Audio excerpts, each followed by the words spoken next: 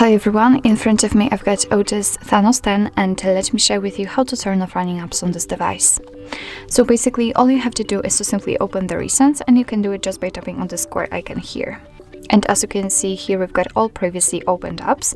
So if you want to, you can close only one of it, just find it and swipe it up just like that.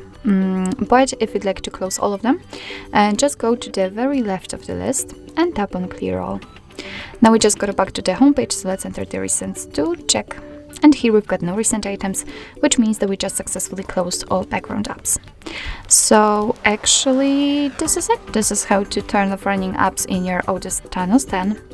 Thank you so much for watching. I hope that this video was helpful, and if it was, please hit the subscribe button and leave the thumbs up.